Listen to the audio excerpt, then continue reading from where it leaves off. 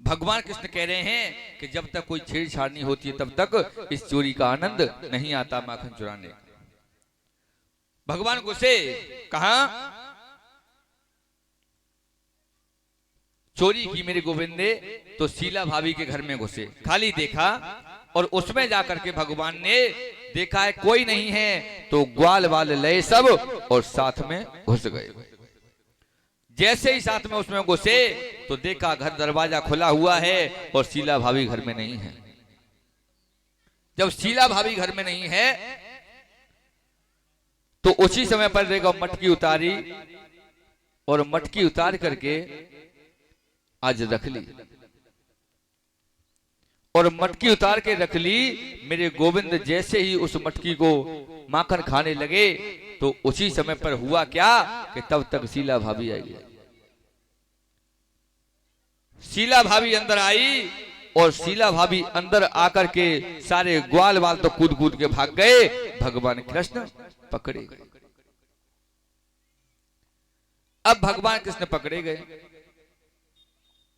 जब पकड़े गए तो मैया ने कहा कि लाला आज बताऊंगी तुझे। तेरी मैया कहती थी मेरा लाला किसी के घर चोरी करने नहीं जाता, आज मुझे पता चला है कि तेरा लाला कितना बड़ा ढीठ है। और तेरी मैया कहती है ना मेरा लाला किसी घर चोरी करने नहीं जाता, चल आज मैं उसे बताऊंगी। बोले देख शीला भाभी ऐसा ना करो, हम चोरी करने ना आए तुम्हारे घर, तो क्या करने आए, क्या करने आए थे?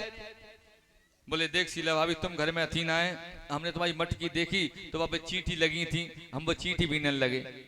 अच्छा दायरी के जब तू चींटी बीनने लगो तो तेरे दाल पे गाल पे दही कैसे लगो है? बोले शीला भाभी जब हम चींटी बीनने लगे, चींटी बीनत बीनत हमारे गाल में खुजली लगने लगी तो हमने खुजला दो ता से दही निकल लग गो। अच्छा ये बातें बनावे तो मैया के पेट से ही सीख आओ ना, चल आज बताऊंगी। और मैया ने पकड़ ली।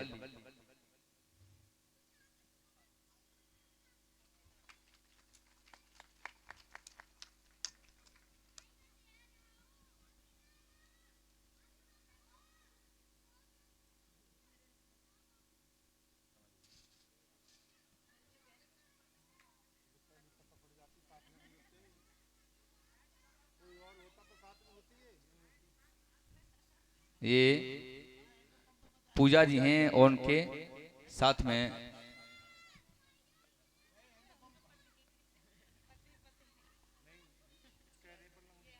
उनके स्वामी जी। धर्म की बात क्या नाम है? प्रदीप भैया जी साथ में अपनी धर्मपत्नी के और हमें 201 रुपए से पुष्पहार अर्पण कर रहे हैं। मेरे गोविंद हमेशा दूध पूत धनदान बनाए रखें, यही मेरी ठाकुर जी से प्रार्थना है। और समस्त स्टाफ को भी सम्मानित कर रहे हैं। बोले गोविंद भगवान की।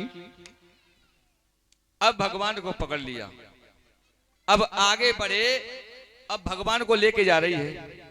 जब भगवान को लेके जा रही है, आगे चलते चलते भगवान ने कहा देख गोपी तू लेके जा रही है ऐसे, और वहां मेरे बाबा नंद धर्मनंद उपनंद सब बैठे हुए हैं, उन सब के सामने हरिया से मुंह खोल के ले जाएगी हैं, घूंघट कर।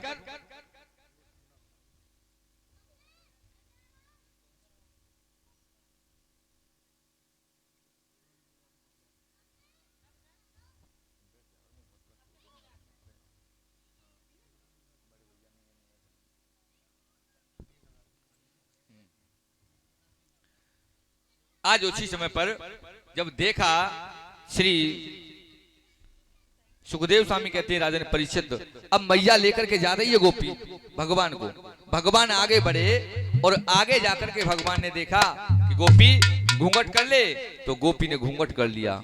और पहले ब्रज में गोपिकाएं जो घूंघट करती थी ना, घूंघट कम से कम 1.5 हाथ को घूंघट मारती थी, और साड़ी ऐसी होती थी कि जिसमें से कुछ नजर नहीं आता था।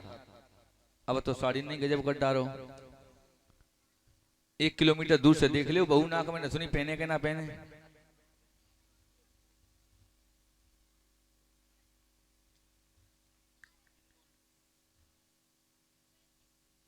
हर चीज की फैशन है, घूंघट करना, इस मांग सिंदूर को भरना। ये यहां तक क्यों भरते हैं सिंदूर? माताएं बूढ़ी बूढ़ी है ना, वो यहां तक भरती थी। पति की जितनी लंबी आयु होती है, मतलब पूर्ण आयु यहाँ तक होती है, यहाँ से आयु कुछ नहीं होता है, यहाँ तक इसलिए भरी जाती थी कि पूर्ण आयु हुआ मेरे पति की। और अब तो पावत नेक लयो और इतो कर दो, 2-4 साल बनो रहे तो बनो रहे, नहीं दूसरा फिर खसाई लेंगे।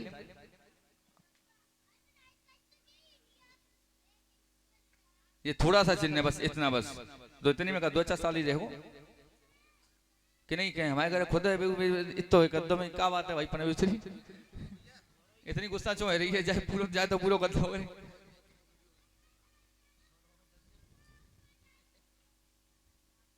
तो इसलिए ये बहुत जरूरी है चीजें, ध्यान रखना।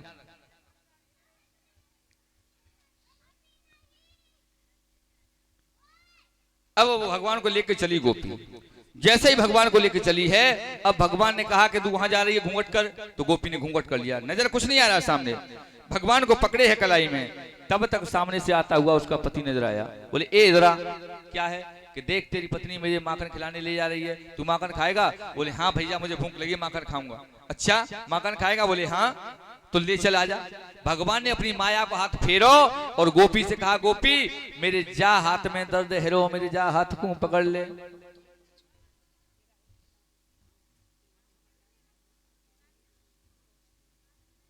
ये श्री राहुल जी की तरफ से 201 रुपए हमारे लिए और 300 रुपए भंडारे में दान कर रही हैं।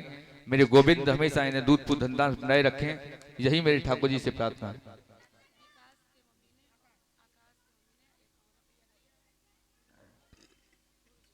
और ये आकाश जी हैं, उनकी माता जी ने हमें 51 रुपए दिए हैं। मेरे गोविंद हमेशा इन्हें दूध पुत धंधा बनाए रखें, बोले गोविंद भगवान की प्रसाद।